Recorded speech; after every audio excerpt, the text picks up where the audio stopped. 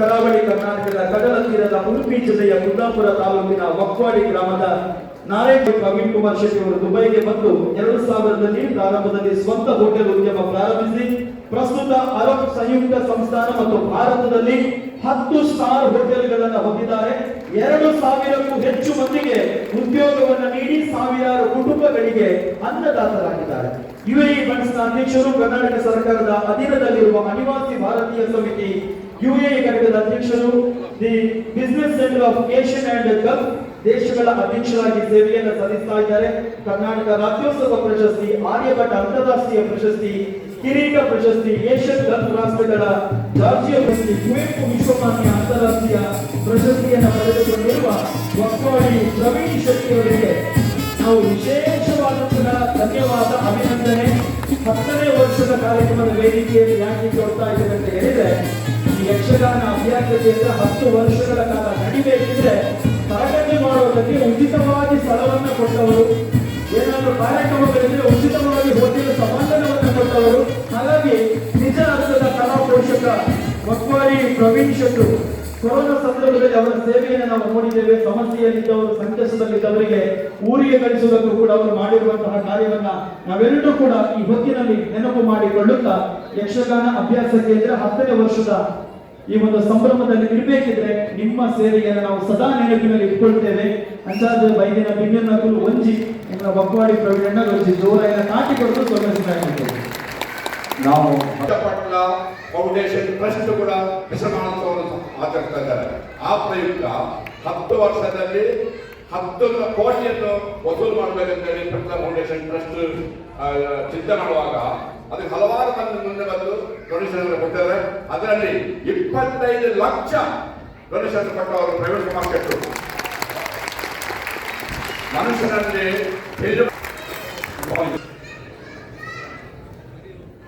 ಇವತ್ತು ನಮ್ಮ ಯಕ್ಷಗಾನ ತರಬೇತಿ ಅಭ್ಯಾಸ ಕೇಂದ್ರ ಯುಎಇ ಇದರ 10ನೇ ದಶಮಾನೋತ್ಸವದ ಇವತ್ತಿನ ನೆರವೇರುವಂಥ ವೇದಿಕೆಗಳ ಗಣ್ಯರೇ ಹಾಗೂ ಯಕ್ಷಗಾನ ಕಲಾಭಿಮಾನಿಗಳೇ, ಊರಿನ ಬಂದಂಥ ನಮ್ಮ ಯಕ್ಷಗಾನದ ಅಭಿಮಾನಿಗಳು, ನಾನು ಬೆಳಿಗ್ಗೆ ಉದ್ಘಾಟನೆಗಿದ್ದೆ. ಆಮೇಲೆ ನಿಮ್ಗೆ ಗೊತ್ತಿದೆ, ಅವರು ಇಲ್ಲೇ ಇರಬೇಕಿತ್ತು. ಇವತ್ತು ನಾವು ಕರ್ನಾಟಕದ ಚೇತನ ಹೇಳಿದ ಹಾಗೆ NRI ಅಧ್ಯಕ್ಷ ಆದ ಕಾರಣದಿಂದ ನಮ್ಮ ಕರ್ನಾಟಕ ಸಚಿವರು, ಕೇಂದ್ರ ಸಚಿವರಾದ ಕುಮಾರಸ್ವಾಮಿ ಅವರು ಬರುವಾಗ ಬೇರೆ ಬೇರೆ ಇರುವಾಗ ನಾವು ಇಲ್ಲಿ ತಪ್ಪಾಗುತ್ತಂತ ನಾನು ವೆಲ್ಕಮ್ ಮಾಡಲಿಕ್ಕೆ ಏರ್ಪಾಡು ಹೋಗಿದ್ದೆ. ಹಾಗಾಗಿ ಇಲ್ಲಿ ಬರಲಿಕ್ಕೆ ತಡವಾಯಿತು.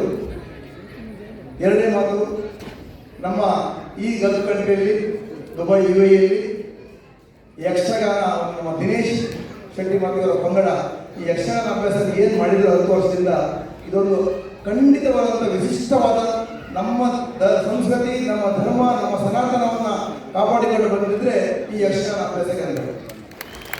10 ವರ್ಷದ ಹಿಂದೆ 25 ಮಕ್ಕಳಿಗೆ ಶುರುವಾದಂಥ ಈ ಸಂಘ ಅಭ್ಯಾಸ ಕೇಂದ್ರ ಇವತ್ತು 150 ಮಿಕ್ಕಿ ಮಕ್ಕಳು ಇವತ್ತು ನಮ್ಮ ದೇವಿ ಮಹಾತ್ಮೆ ಆಗಲಿಕ್ಕಿದೆ.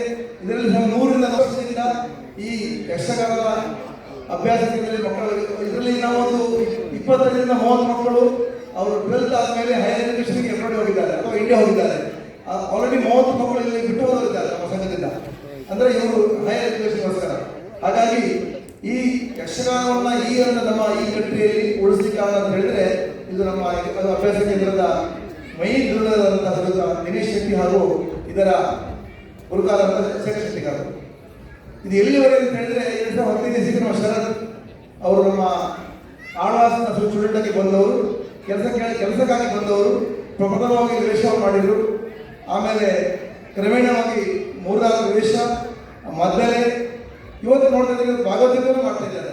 ಅದಕ್ಕಿಂತ ಹೆಚ್ಚಾಗಿ ಒಬ್ಬ ವಿದ್ಯಾರ್ಥಿಯಾಗಿ ಬಂದವರು ಇವತ್ತು ಶೇಖರ್ ಶೆಟ್ಟಿನ ಒಟ್ಟಿಗೆ ಅವರು ಸಹ ತರಬೇತಿ ಕೇಂದ್ರದ ಗುರುವಾಗಿ ಇವತ್ತು ನಮ್ಮ ಮುಂದೆ ಇದ್ದಾರೆ. ಇದಕ್ಕೆಲ್ಲ ಕಾರಣ ಈ ಯಕ್ಷಗಾನದ ಮೇಲೂ ಅಭಿಮಾನದಿಂದ ಪೋಷಕರು. ನಾವು ಸ್ಪಾನ್ಸರ್ಶಿಪ್ ಕೊಡ್ಬೋದು, ಒಂದು ದಿವಸದ ಮಟ್ಟಿಗೆ ಎಲ್ಲರೂ ಸ್ಪಾನ್ಸರ್ಶಿಪ್ ಕೊಡ್ತಾರೆ.